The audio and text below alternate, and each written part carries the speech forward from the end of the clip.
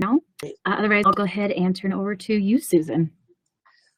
Well, Alex, what I'd like to do is have you go ahead and start it off. Well, we were going to, actually, first we were going to do just a really quick update on the projects. Do you want to fill everybody in on our meeting from yesterday and where we are with that? Is that okay? Absolutely. Yes. So tomorrow we're going to be sending out an email to the entire listserv. So all of you guys, we have added your name to the listserv, so you will receive emails from us in one fashion with ways that you can sign up for the 16 identified projects. We have preset those going on through the rest of 2022, and we will have the sign up link for you guys tomorrow to start getting on those meetings. Okay. All right. Do you want any other information about that, Susan? No, I think that's okay. I think that's fine. I think it's perfect. It's really ambitious, and we may have longer timelines than what we initially were thinking of, but because 16 projects is very, very ambitious, I think. But yep, and we'll have a good idea, yes, after those first meetings on where we're going, definitely. Yeah, exactly. Well, everyone, I would like to introduce you to Alex Perrin. Is it Perrin? Is that how you pronounce it, Alex? Okay. Perron, but that's it. Either way is fine. Okay. And you are a second-year law student, or correct? At UNLV, yes. Or UNLV, right? Okay. Mm-hmm. I just finished my second year. Yes. Okay. So why don't you tell us your focus and why you did the white paper that you did, and the draft legislation, and what it's all about. Yeah, so well, thank you so much for allowing me to come to this meeting and to present to all of you. My name is Alex Perron, and as I said, I'm a law student at UNLV's Boyd School of Law. I just finished my second year there. I was born and raised in Las Vegas, and I truly do love calling Nevada home. I deeply care about the people and the environment of the great state, and that was really of our great state, and that's kind of the main reason that I got into this issue, and I really kind of did a lot of research and wanted to see if I could come up with some kind of solution along with a lot of other stakeholders and people interested in this. So I'd like to thank you again all for the opportunity to present the Food Waste Prevention Act, and I welcome any questions you all have at the end of my presentation. So I just wanted to start by talking about the many different aspects of food waste that are problematic. There are three major areas of impact that I want to highlight in this presentation. First, I'll focus on the many negative environmental side effects of food waste. Then I will talk about the human costs of wasting as much food as we do. And finally, I will address how food waste contributes to the rising costs that small businesses face and how it contributes to economic waste in general. After highlighting these three areas, I'll focus on how the Food Waste Prevention Act helps provide solutions to each of these problems. I will discuss the major provisions of the Act and how it would operate in practice. I will then highlight some of the strengths and weaknesses of some of the food waste bans that other states have passed. I will also address some of the common concerns that have been voiced by some stakeholders concerning food waste bans in general, and also some of the concerns I've heard about the specific language and provisions of Nevada's Potential Food Waste Act. To close, I would like to talk about the immense importance of taking strong action against food waste in Nevada. The Food Waste Prevention Act truly represents one of the least painful and most effective ways to deal with the complicated problems at issue here today. So now I'd like to provide some general facts and statistics about food waste. The United States wastes about 40% of the food it produces every single year. The vast majority of this food waste is still safe and edible. About 20.2 billion pounds of this food waste is left unharvested on American farms, while about 104.8 billion pounds ends up rotting in landfills. Approximately 30% of the United States' fertilizer, 31% of its cropland, and 21% of its fresh water supply are used to produce food that ends up being wasted. There's more uneaten food sent to landfills and incinerators than any other single waste material. These statistics are astounding to hear in a vacuum, but the negative effects that they have in reality are even more staggering. Now, specifically turning to the impact food waste has on the environment, according to the United Nations, if food waste constituted its own country, it would be the third largest emitter of greenhouse gases in the entire world. 300 million barrels of oil are wasted to transport this unused food every year, further contributing to our already unsustainable levels of greenhouse gas emission. Globally, food waste that ends up in landfills emits 3.3 billion tons of carbon dioxide annually. While rotting in these landfills, food waste also emits substantial amounts of methane, which is a greenhouse gas that is about 25 times more potent than carbon dioxide. Because of all this, food waste on its own accounts for about 8% of global greenhouse gas emissions. So because food waste squanders so much agricultural land, the United States is forced to use more and more of its livable land for agriculture. This agricultural expansion is the main cause of things such as deforestation, which in turn leads to a loss of biodiversity and forest cover. This deforestation reduces the number of trees available for carbon capture, which is crucial for curbing the increase of greenhouse gases in the atmosphere. So not only does food waste increase the emittance of greenhouse gases, it also reduces the ability of the Earth to offset these increases. The greater concentration of greenhouse gases in the atmosphere leads to an increase in both the severity and frequency of catastrophic climate events. Now I'd like to turn toward the truly devastating impact that food waste has on the people of Nevada and the United States in general. The United States produces more than enough food to feed its entire population every single year. But despite this abundance of production, the number of Americans who were food insecure in 2020 skyrocketed to 54 million people, including 18 million children. A November 2020 survey showed that about 1 in 5 Americans had to receive food from a food relief organization just to feed themselves and their family. Unfortunately, Nevada has particularly struggled in this area. In Feeding America's 2021 report, Nevada had the 8th highest food insecurity rate in the United States at 15.2%, the 5th highest food insecurity rate among children at 23%, and the 2nd highest very low food insecurity rate among children at 8.1%. And this is not a problem that only affects Nevada's urban areas. The overwhelming majority of Nevada's counties have a food insecurity rate at or above the national average. The most maddening part of these statistics is that it would only take a relatively small reduction in the United States' food waste to completely address this crisis. The Harvard Law School Food and Policy Clinic found in 2018 that recovering and redistributing just 30% of our nation's surplus food would provide enough food to feed all food insecure Americans their total daily diet. This shocking statistic shows that food insecurity in the United States and Nevada is a policy choice. Food insecurity is not a crisis of supply, but instead a crisis of willpower and waste. These two negative impacts of food waste alone would be cause enough for serious action and concern, but food waste also has substantial and harmful economic impacts as well. The United States spends $218 billion per year growing, manufacturing, processing, distributing, and disposing of food waste that is never eaten. This staggering amount is about $50 billion more than the amount that all state and local governments spent on infrastructure projects in 2018. Additionally, the cost of disposing of food waste in landfills represents a significant burden on Nevada's local businesses. Nevada's food relief organizations really feel the economic impact of food waste.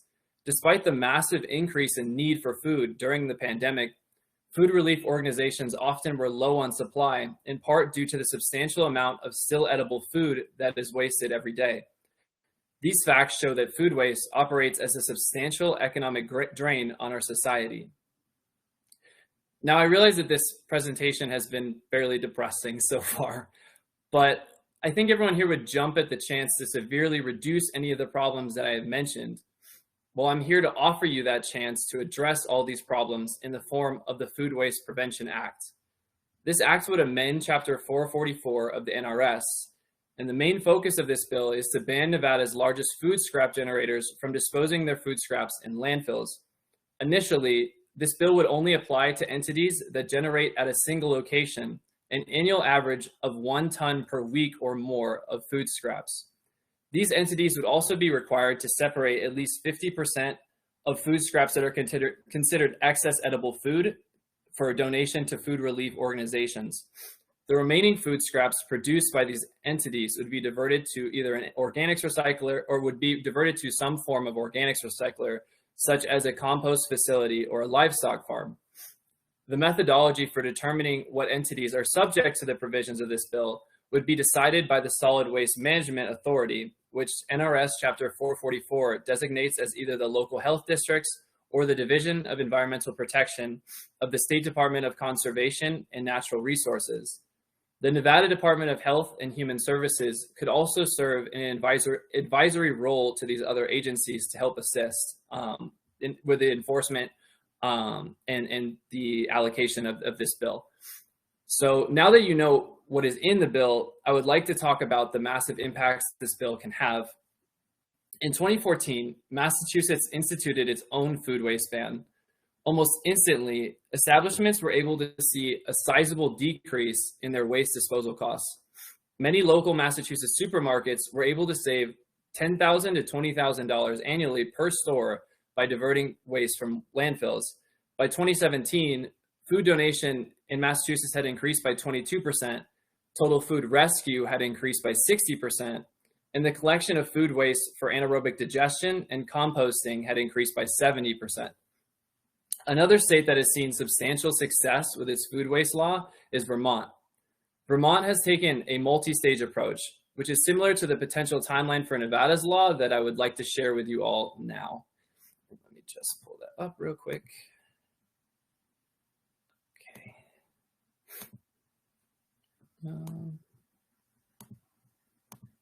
Perfect. Can everyone see that? Looking good, Alex. Perfect. Okay. So basically how this timeline would function is you have kind of this pre-stage section of the bill which would become after the bill is passed, which is what this effective date stands for. This pre-stage period would constitute about 3 years under the current framework of the bill. Now, this timeline is flexible and depending on concerns voiced by stakeholders or concerns voiced by legislators or things that just happen kind of in the process leading up to this bill, this period can either be reduced or extended depending on the needs of both the entities that are subject to this bill and the kind of the issues that arise coming up with it. So during this pre-stage process, the waste management authorities and the Nevada Department of Health and Human Services would really focus on conducting education and outreach campaigns, focus on informing the community about the law and its requirements, and working with the entities that would be subject to the provisions of this bill to formulate compliance plans and make it as easy as possible to transition into the period where the enforcement begins. And after this 3-year period, during this first stage, which would under the current framework would be a year, but again, all these dates are flexible. Designated food scrap generators of at least 1 ton per week would have to donate, as I mentioned previously, at least 50% of their excess edible food and would divert any of their remaining food scraps to some form of organics recycler. And during this period, the Nevada Department of Health and Human Services and the Waste Management Authority would again start working on compliance plans for the entities that would be subject to the provisions of bill during stage 2. Also during this time period, the government agencies would, of course, be in contact with the entities that are subject to the bill during stage 1 and continuing to adapt and change or alter any of the compliance plans at the need of these entities. And basically, it would continue along this general framework. During stage 2, anyone producing any entity producing 1/2 ton of food scraps per week would be subject to it. During stage 3, and that stage under the current framework would last a year. During stage 3, anyone producing 1/3 ton per week of food scraps would be subject to it. And this stage would last 3 years. And then eventually, if the legislature decided that it wanted to be as ambitious as Vermont, which has now reached the final stage of their food scrap bill, and now everyone is subject to the provisions of it. During this final stage, which would be 8 years after the initial passage under the current framework, everyone would be subject, including all non-residential food scrap generators would be subject to the bill's provisions, and even residential areas would be subject to the landfill portion, not necessarily the food donation portion, but would be banned from disposing of food scraps in landfills. And again, all of this is very flexible. This, especially the time frame. The initial bill and the bill draft I've written so far only includes the pre-stage and stage 1 of this timeline. And I think going forward, depending on the need on the ground and the issues that arise with implementation and following the provisions of this bill, this timeline can be adjusted accordingly. Did that stop sharing? I just wanted to make sure. Okay, perfect. So sorry, 1 second.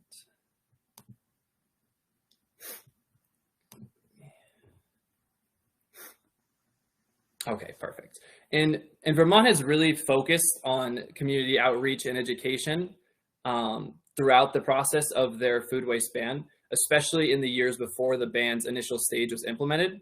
And this focus on education and compliance fostered a large amount of buy-in from the entities that were subject to Vermont's bill and other stakeholders.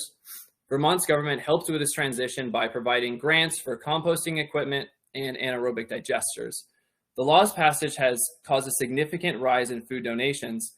Donations increased threefold from 2014 to 2017, and then they increased another 20 to 50% from 2017 to 2019 as the ban entered its later stages.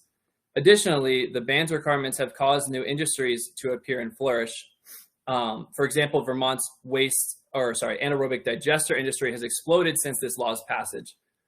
Other states have recently passed food waste bans as well, notably New York and California. Nevada can improve on these laws in 2 major areas, in my opinion. The first would be a focus on food donation above other landfill alternatives, and the second would be a focus on education and enforcement to increase compliance with the ban. While all states that have instituted food waste bans have seen increases in food donation, many have not reached the food donation levels that they were hoping to before they passed the laws. The requirement to donate 50% of excess edible food in the Nevada Food Waste Prevention Act should address this shortcoming. Additionally, many states have been criticized for failing to properly enforce the provisions of their food waste bans. The Food Waste Prevention Act would not go into effect until 3 years after the act is passed under the current framework. This allows the solid waste management authorities to work with designated food scrap generators to develop the best compliance plans possible. This process should increase voluntary compliance to very high levels. The solid waste management authorities should also consider increasing enforcement resources if they deem it necessary. Now I want to turn to one of the most common concerns that I've heard and other states have experienced from passing food waste laws, and that is concerns from local businesses regarding food donation. And the number one concern there is liability. In 1996, Congress passed the Bill Emerson Good Samaritan Food Donation Act, which provides food donators with substantial liability protections. These protections have been so effective that there are no documented cases in the United States of anyone being sued or held liable for injuries related to food donation. It is imperative that Nevada conducts an education campaign around this issue because a significant number of local businesses are unaware of these protections. Liability concerns are consistently voiced as one of the main reasons for a lack of food donation among entities that would be subject to this bill. And so it's very important to kind of clear up that misconception if this bill is passed. Another potential benefit to businesses that should be highlighted are the food donation federal tax incentives. Any business subject to the Food Waste Prevention Act would be able to take advantage of these tax incentives, further reducing costs. I think it's also important to address the funding aspect of this bill. This bill would require a significant level of engagement from the government, both from an education and an enforcement perspective. For this bill to be as successful and impactful as it can be, the relevant government agencies will require the funds and the workforce necessary to sufficiently enforce the provisions of this bill and to track its progress. Luckily, there are several options to provide this needed funding. Nevada recently received $2.7 billion in discretionary funds from the American Rescue Plan, and the vast majority of this money has not been allocated. Governor Sisolak recently released the Every Nevadan Recovery Framework for allocating these funds. The framework makes a point of prioritizing Nevada's basic needs and quality of life. This bill certainly addresses both of these issues. This bill certainly would focus on reducing the food insecurity levels of Nevadans, and under the Every Nevadan Recovery Framework, that is a very large area of prioritization, and so this bill fits very well into that. Another option to fund this bill would be a state tipping fee on landfill usage. A certain percentage of this tipping fee would go toward enforcement and education programs pertaining to the Food Waste Prevention Act. Many other states have implemented a similar tax. I believe that this bill represents a truly unique opportunity for Nevada. It is not often that legislators are able to propose and pass a bill that positively impacts so many different interest groups while having so few negative side effects. As I've highlighted today, the unique aspects of Nevada's culture and society make the adoption of this bill even more imperative. Nevada is also in position to adopt the most effective food waste law in the country by fixing some of the flaws of other states' laws. Assemblywoman Michelle Gorlow and Boyd environmental law professor Frank Fritz have provided official letters of support for this bill, and community stakeholders such as Three Square and the ACLU of Nevada, along with County Commissioners Tick Sagerblum and William McCurdy, have expressed interest in potentially supporting this bill as it advances. It is vitally important that Nevada leads the way on the issue of food waste, especially given the fact that we stand to suffer the most from the consequences of inaction. Las Vegas is one of the country's fastest warming cities, and despite being a city famous for its world-class restaurants, an unacceptable amount of its citizens go hungry every night. Passing the Food Waste Prevention Act is not only the most economically efficient thing to do, but also a moral necessity, given the massive positive impact it would have on Nevada's unique, diverse, and awe-inspiring population and environment. And now I would love to open up to any kind of questions or concerns. I wanted to leave most of the time for this presentation to really address specific concerns. I think there's a lot of things that go into this bill and a lot of things that kind of surround this issue in general. So I would love to kind of focus on the specific areas that people are concerned with. But thank you again. Yes, thank you very much, Alex. I know I'm sure a lot of you guys are very excited to ask Alex your questions. If you don't mind, I think to help facilitate the rest of this meeting, please utilize the raise hand function. That way we're able to kind of call on you in order so we're not just all jumping out ahead. All right, so if you guys have any questions, please go ahead and raise your hand and we will start calling you off. First up, Dean, go ahead. Yeah, thank you very much. I mean, that's something that, you know, in the organics management group that I headed up, that we were really, you know, not toying around with, but evaluating very hard as far as how do you, you know, affect change in the state of Nevada, and just a couple of things, constraints that, you know, we kind of identified, knowing that, you know, at the end of the day, this is an absolutely great idea. However, the constraints with regards to, you know, both Waste Management and Republic and other local landfills and haulers have contracts to accept some of this waste. For instance, regarding the casinos down in Las Vegas, I was involved in a project once where we were going to, working with Republic Services, obtain that food waste for an anaerobic digester. However, there were long-term contracts for that material to go elsewhere that we couldn't figure out how to overcome. And the other constraint that we identified, that's actually part of a new project that our group's identified and is working on, is trying to create an effective end-use market. You know, right now, you know, talking to Cody Witt and Full Circle Composting and some other folks in town, there's not a very well-defined end market for this. And I was wondering how, with this bill, is there anything in the bill to help address these two issues that, you know, frankly, were two issues that we were not able to really adequately address in our group? Thanks. Yeah, thank you for your question. So I think concerning when it comes to the end market, I think that's something that I have put a lot of consideration into. I think I've talked with Three Square, and when it comes to food relief organizations, they seemed confident that even with a large increase in food donations, that they would have the kind of capacity and infrastructure to allocate the additional food supply and to be able to take it in. And that was something that I was definitely concerned with when I was doing this, because obviously it's no better for food to end up going bad on shelves in a food relief organization than it is elsewhere. So it's important that if this bill passes, that food is allocated to people who need it and not just ended up wasting in a different area. I think when it comes to obviously when it comes to organics recyclers, that is something that would have to be addressed. I know Nevada, as you said, does not have as many at the moment, whether it be composting facilities or other forms of organic recyclers. It doesn't have as big of an industry in that as some of these other states.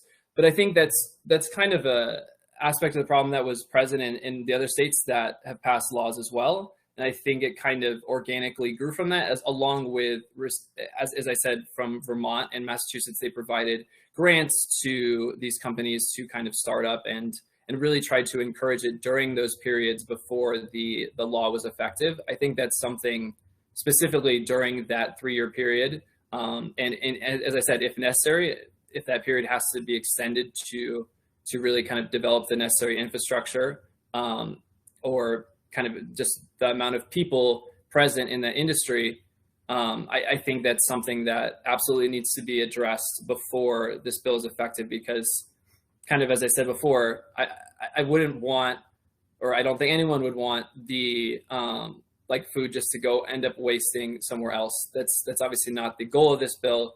We want to reduce the environmental impact and also the impact on people with it. When it comes to obviously the contracts for waste transporters, that is something that I think I obviously would love to get in contact. That was, as this next legislative session gets closer, that's something I would love to really get in contact with the people at, I'm obviously based in Las Vegas, so Republic Services, and really try and work with them and see if we can come up with some kind of solution to whether it be contracting issues or concerns that they have. I think that I think this is a very important issue for the community. I think that the people at Republic Services probably realize that as well, and I think that there's some way to make this happen, whether it be that there's changes made to the contracts at some level, whether it be that there's some kind of specialization in when it comes to food scrap waste transportation that differs from the contracts pertaining to other types of waste transportation. I think also when it comes to especially excess edible food, I think it could I believe it qualifies still as a commodity. I think when you're talking about food that's still edible, completely edible, there's nothing wrong with it. We consider food sold at stores and sold at restaurants to be a commodity. I don't really see any difference with that. So I don't know necessarily if excess edible food would qualify under the kind of waste definitions in the NRS. So I think that's kind of, I think when it comes to that issue, that there's definitely an ability to kind of come up with some solutions in that area. And I would love to hear people's thoughts on that. And as I said, I would love to really be able to talk and work with people at Republic Services on that issue as well. Great, thank you, Alex. All right, Wes, I also see that your hand is raised. Go ahead. Yeah, hey, thank you very much. That was a great presentation. I do have a couple of quick things. So you mentioned the Good Samaritan for food donation portion. However, that's actually in conflict with our permitted food regulations. So permitted facilities fall under our permits, and there are circumstances in which some of them can donate. There are circumstances in which that food would not be allowed to donate and must go to waste if we deem it that it's been adulterated in any way, shape, or form, or it's out of time or temp. And so I think that there's some areas where that would need to be addressed, because unfortunately the permitted facilities will not willingly do that unless they get express okay from the health authority, for example. A couple of the things that I think need to be looked at. ARPA funding is great to say and do. It's been an absolute challenge to be able for anybody to get, and it's also not long-term funding. So this wouldn't establish any methodology for us to create a program. Based off of just those initial numbers, it looks like we'd probably be looking at about 10 inspectors doing that almost full time for those type of inspections.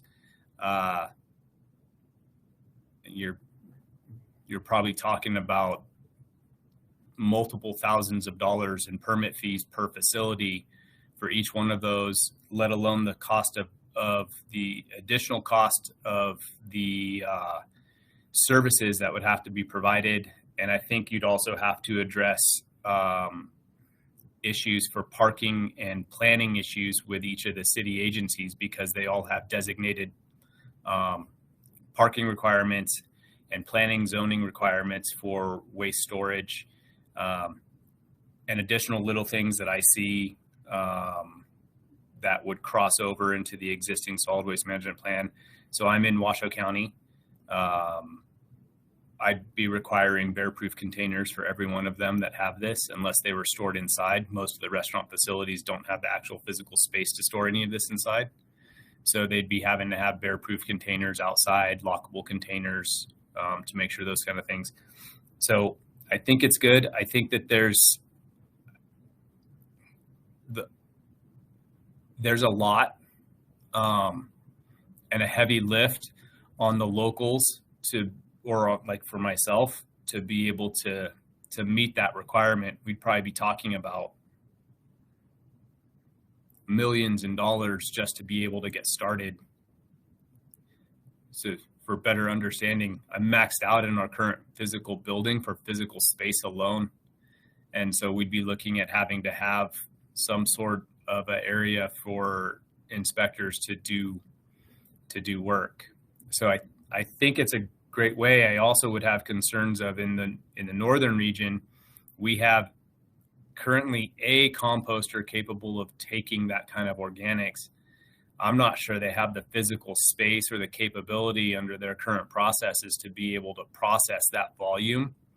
And one of the challenges that has occurred in this area in the north, because I've talked with the Combs Brothers guys, I've actually really talked to them in depth about how do I even get you up here? And the problem is the property costs, the land costs are so high that the return investment doesn't pencil out for the timeline that anybody would realistically even be able to be alive for. And part of that is because the infrastructure, in order to place a new facility like that, because of the way Reno has grown, and likely also because I know Vegas has grown as well, they have the same rules we do. These facilities end up pretty far out, and transportation costs, road costs, those kind of things start to exponentially go up. And so I would ask, has there been concern for how that would be addressed? Would there be a plan to try and would you be considering like a state facility type being constructed, and how would that be managed if it was? What would be some of the solutions to those basic business principles that we don't everybody wants them, and don't get me wrong, I'd love to see them, but I also I'm not a billionaire and can just randomly pick up property that actually fits the mold for it to work. No, absolutely. Thank you for all that. That was very kind of informative. Some of that stuff I've been aware of, but a lot of that stuff is definitely new to me, and something I appreciate you providing and want to consider. So I'll start with the first thing you said concerning kind of permitting, like permitted facilities and kind of the gray area around the liability protection there. I do believe that when it comes to what is designated as excess edible food, that's something that needs to be definitely made very explicit, and something that needs to kind of there needs to be some kind of definite knowledge there among the entities that are subject to it. Obviously, as you said, that's an area of concern that needs to be addressed. I think that's something in the kind of period either. I think that's probably something that should be addressed before this bill is passed. That's certainly something that should be addressed before this bill is effective. I think there's a pretty general with a lot of these other state from what I've seen, a lot of these other state food waste bills have a pretty accepted definition of what excess edible food waste is that I could certainly provide. And I think it's probably a good base. I know that the Nevada Department of Health and Human Services could kind of look at that, see if they decide that that's what they want to go, like if they agree with it, if they want to make any kind of alteration. Again, working with the stakeholders that would be subject to this. I think, as you said, there's certainly concerns there with not wanting to donate food that is going to go bad or like make people sick. But I think at the same time, I do think that when it comes to liability, as I said, there hasn't been any documented cases that have been brought forward, any kind of lawsuits brought forward concerning the donation of food or any kind of liability concerning that. So I think I think that that's certainly something that can be addressed and is not really an area that that will result in a huge amount of liability. I think none of these other states that have implemented it have had any liability concerns. In fact, a lot of groups have actually had kind of the opposite concerns of certain places or certain entities kind of trying to take advantage of the federal tax incentives by donating food that they know is not edible, but still taking advantage of them anyway. So I think that's something kind of coming from the other side that has to be addressed as well. I think there has to be, and I think that kind of goes along with setting a very definite and explicit definition of excess edible food. That way there's not really concerns on either side of that. When it comes to kind of I guess like the encouragement and the needed expansion of anaerobic digesters and organics recyclers, I think that's something that that the government would have involved in, whether it be, and again, as I said, I know other states have done it through grants. The land cost is obviously certainly a concern. I think that's something that I would have to, it's something I've looked into, but I don't want to give any explicit answers. It'd be something I have to look more into for sure. And I think I want to see how other states have dealt with that. I know in particular, Vermont has seen a very big expansion when it comes to that. I'm guessing that Vermont's kind of land is cheaper. I'm not sure.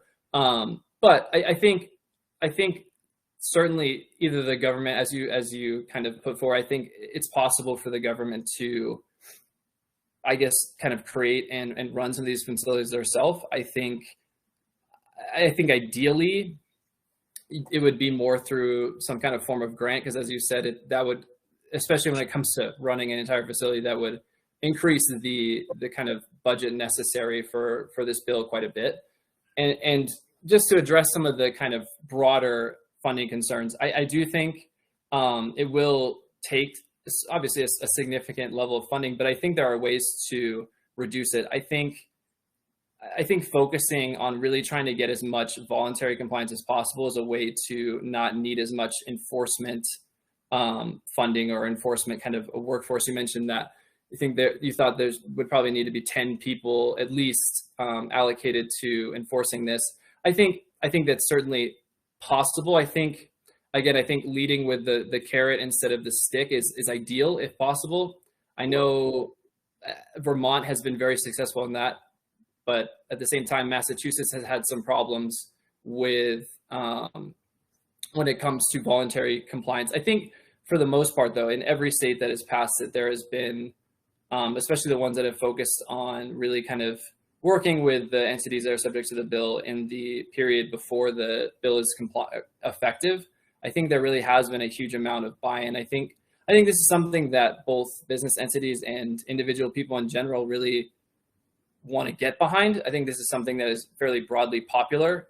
And so you see people really kind of trying to voluntarily, this is not, I wouldn't consider this a law that people would fight against, at least at a large scale. Obviously, there's always going to be some issues concerning enforcement, but I think if as long as the process is very kind of transparent and there's a lot of help when it comes to forming compliance plans. And I think, especially in Las Vegas, the casinos are doing a lot of work in this area already. They have some of the most knowledgeable kind of consultants in the world kind of working on this issue specifically. So I think that's kind of a unique potential advantage and of Nevada passing a bill like this. I think there's already a lot of in-state knowledge concerning the best way from a business perspective and an efficiency perspective to pass or to kind of run some of these compliance programs. So I think there's already a lot of in-state knowledge accessible when it comes to that. So the hope, at least, would be that would reduce some of the necessary enforcement costs,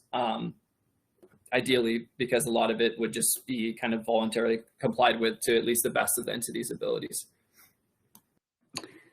All right, Wes, I still see your hand is raised. We still have, I think, 3 or 4 more hands raised, and some people let me know that their buttons aren't working. So if it's not, go ahead and let me know. But Wes, did you want to finish up your thought there?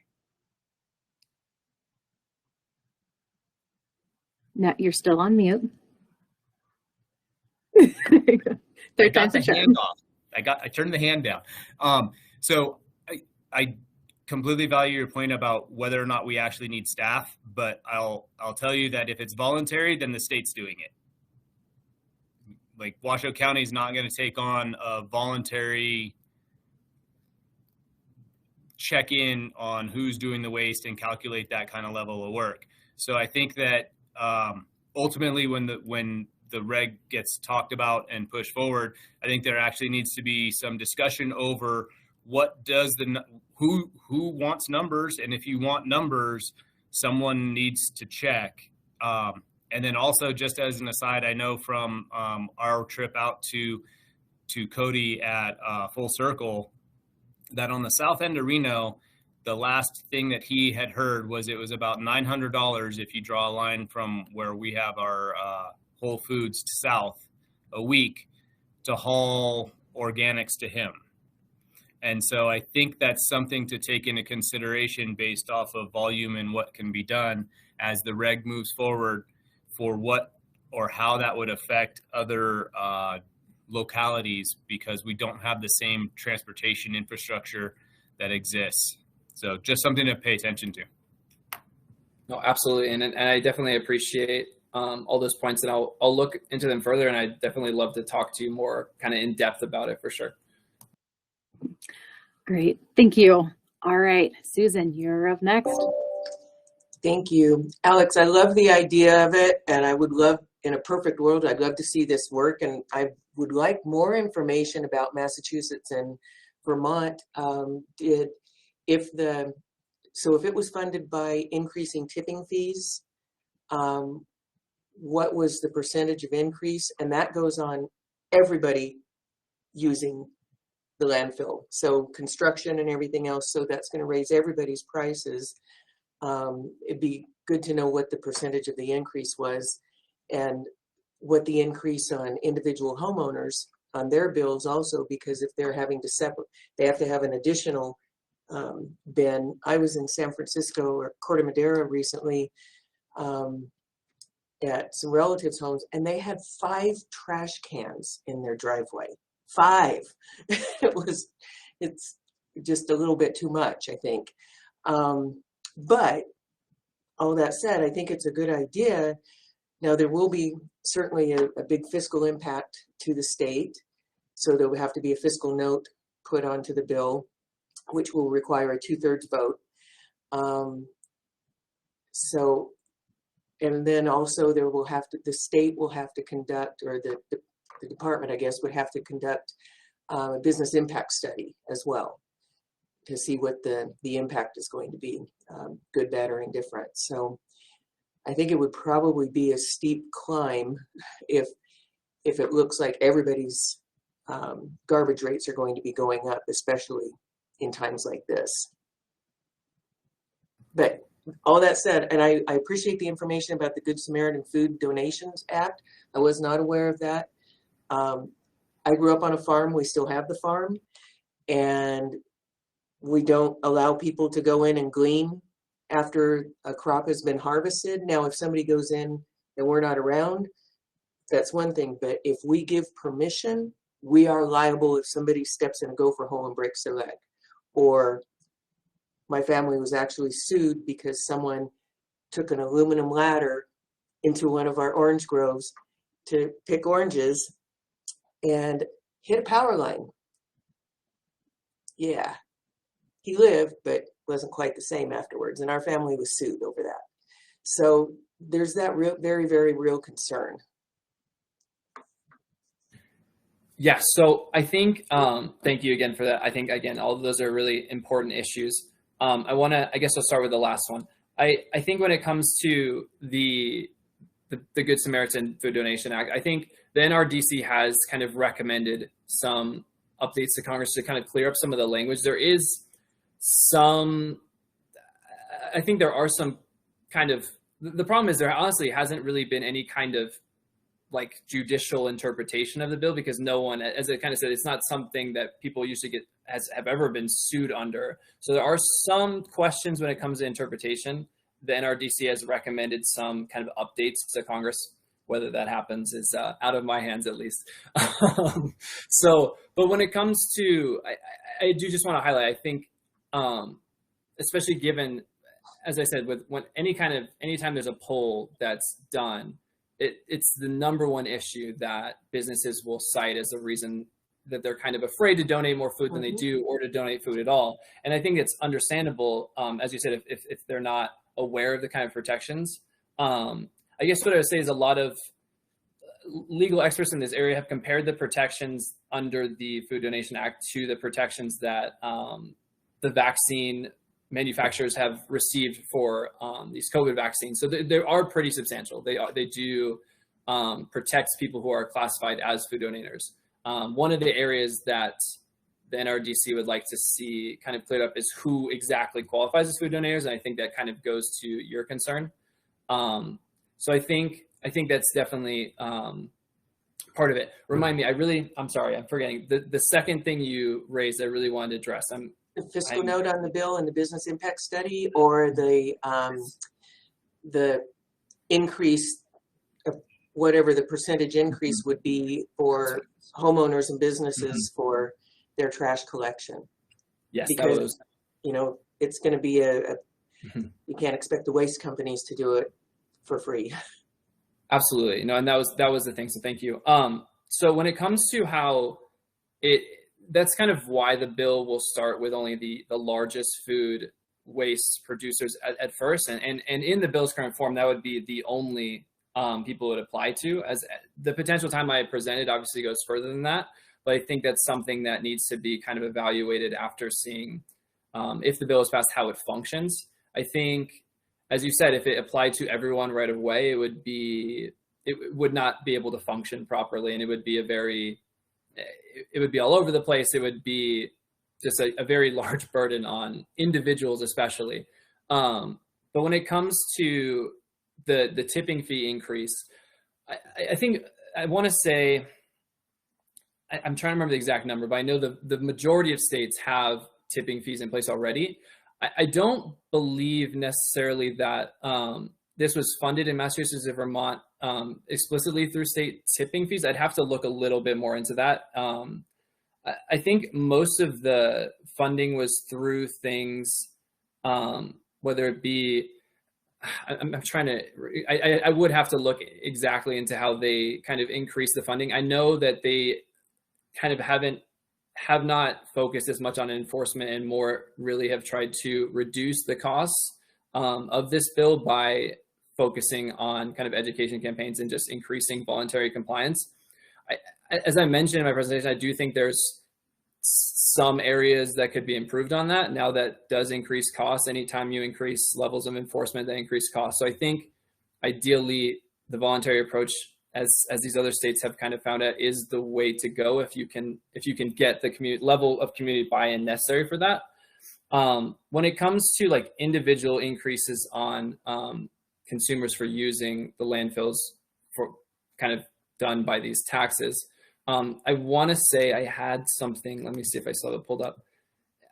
I was reading through some research and it was saying something along the lines, depending on, there's a big range of what the tipping fees are per tonnage. I think in Alaska, it's about 160 per tonnage. In Kentucky, it's like 27. So there's a fairly large range of impact. So I think it kind of depends on the level you set it at. But it was about, I want to say, I think it was like about $2.70. Let me see if I can pull this up. I'm sorry. And I And want while to you're make sure looking we're that up, Alex, oh, sorry, we're Susan. getting close to the end, and I want to make sure that Yes. Lina gets to talk too, because I know she's got some information on this as well. Yeah, and I can definitely kind of like make sure I get that kind of information and send that out as well afterwards. Yeah, and then Jessica Preston, I know your hand was raised. I don't know if maybe you're having problems as some other people were earlier or not. Just wanted to check in. Yep, your hand's still raised, so perfect. Sorry about that. I was just, in the interest of time, going to say that most of my comments and questions have been discussed by others, although I do have some more and would welcome a conversation between Republic Services and Alex. I put my contact information in the chat. So Alex, if you see that, please reach out. We would love to talk to you. Awesome. Thank you so much for doing that. I will definitely reach out. Cool. And I'm trying to lower my hand, but I can't seem to figure that out. So apologies in advance on that one. That's okay. I can do it for you. All right, Lina, let's hop on over to you now. Oh, here I am. Wait, where's my video? Sorry, excuse my appearance. I'm in quarantine with my daughter, so it's a no makeup day.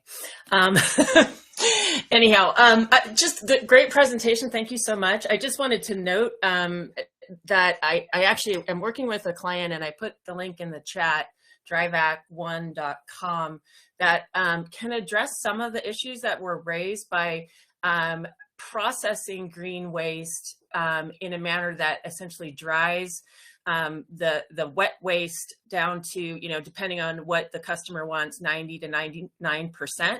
And that can be done actually, if you had like a hospital or a large restaurant or some sort of large producer of waste, grocery store, et cetera, you could have that machine that then dries it into essentially a very thin cake, almost like particle board, that then can be either like run through an auger and used as a secondary product. Either they've, depending on what the waste is, they can turn those into chips, biscuits for horses and hogs, etc., or potentially fertilizer type usage, secondary streams. It also then extracts the water and processes the water, and the water can go through a second system and be distilled.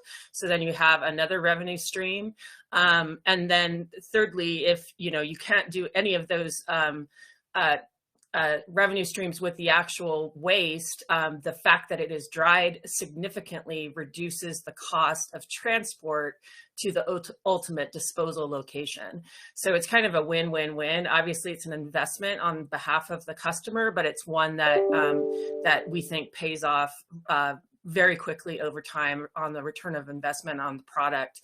My client is working pretty extensively in California with their bill for green waste to landfills. And so, and in fact, we did actually just have a meeting with NDEP on using the product for in lieu of a septic system. So you'll see, if you click on the link, you can see there's a number of industry waste that can be addressed by the system, but this one in particular I thought was very interesting. So I just want to let you know that. Great presentation. Thanks so much. Thank you. No, that sounds like a really kind of amazing innovation, and I came across probably that specific innovation as well as some other similar things. And I think to an extent that's that those kind of things are very present in a lot of the states that have passed bills such as this that have kind of reduced costs in that realm. I want to just kind of throw out a couple other things too that kind of address a lot of the things that have been brought up. I know one way to reduce costs generally is in Vermont, what a lot of, especially since it applies to all individuals in Vermont, what a lot of individual people done in business have done is they've kind of, either through grants provided by the government or through their own kind of spending, they've bought their own composting equipment. and that has helped them basically do composting at their own facility without having to pay the cost of transporting elsewhere. I realize that's not possible for all kind of food scraps, and also that doesn't that would just kind of address the food scrap transportation rather than like edible excess food to food relief organizations. However, when it comes to excess edible food in Massachusetts, there's kind of been a big explosion in what are called food rescue organizations, which basically function as like a middleman between entities that are subject to the provisions of the bill, such as grocery stores and restaurants, and food relief organizations. And in Massachusetts, I know these food rescue organizations often take free of cost to the businesses the excess edible food to food relief organizations. And so that's one way that's one kind of innovation in industry that's reduced some of the costs of that as well. And talking with Three Square as well in this area, they were very confident that they had enough, even outside of food rescue organizations, that they had enough basically transporters and trucks and things like that to deal with the increase in supply. So I think those are two kind of areas, along with what you were talking about with some of the innovations in this realm. I think it's something that in the next decade or two, and it already has happened, but I think it's something where we'll see a lot of innovations in the area, kind of with a lot of other environmental, if you look at how much clean energy costs have reduced, I think when a lot of focus is put in this area, you'll see the costs reduced as well. And so I think that's kind of a positive and optimistic kind of spin on like some of the very real kind of cost concerns. I think that just innovation in this area will help a lot as well. All right. Thank you, Alex. In the best interest of time, Rebecca, I know you have a quick question. Do you want to throw it out super quickly? But I think, Alex, if everyone's interested, we are happy to set up a secondary meeting, and this recording will also be on YouTube as well. I'll provide your contact information. Okay. But yeah, so Rebecca, did you have a super quick question that you would like to ask Alex? Yeah, sure, Kayla. Hi, thanks. Hi, Alex. Thanks for the presentation. I just pretty much more or less kind of had a comment more than a question. I know you mentioned, how it would benefit the environment by doing this. And so when I hear greenhouse gas reduction, that kind of perked up my ears. We're coming from like an air quality perspective here at the county. So I just, wanted to learn more about that aspect of it, and maybe having more conversation about that in the future, if that's all right with you. But I'm not totally educated on that part, so I won't try to ask any question right now, but I just wanted to mention that, it'd be really great to learn more about the reduction in greenhouse gas and how this could help that. So thank you. So if it's all right with you, Alex, Kayla, would you mind sending out his contact information, email or whatever, and then folks who have additional questions can ask and share some more ideas? Yes, and I do just kind of want to, I'm sorry, Kayla. No, you're fine. I was gonna say, I'll send out your contact information, and then you and I can catch up later today to see if we want to set up a secondary meeting like this as well. Okay? Absolutely. And I just wanted to say, I really do appreciate, I know this is an issue that's very, very kind of ambitious, and it does kind of have a lot of moving parts and complicated things that require more discussion and very intricate planning. And so I definitely welcome the ability to talk with everyone that raised questions, and I really would, I think it would help me and obviously help everyone kind of get to potential solutions around all the issues. And I think the more information available to me and the more information available to people either pushing this or trying to get this passed is obviously really beneficial. So thank you again all for the information. You just gave me a lot to think about for sure. So Michelle Gorlow is one of my favorite. Michelle Gorlow is one of my favorite legislators, and if she does decide to be your sponsor, I'd be happy to visit with her, talk with her about it.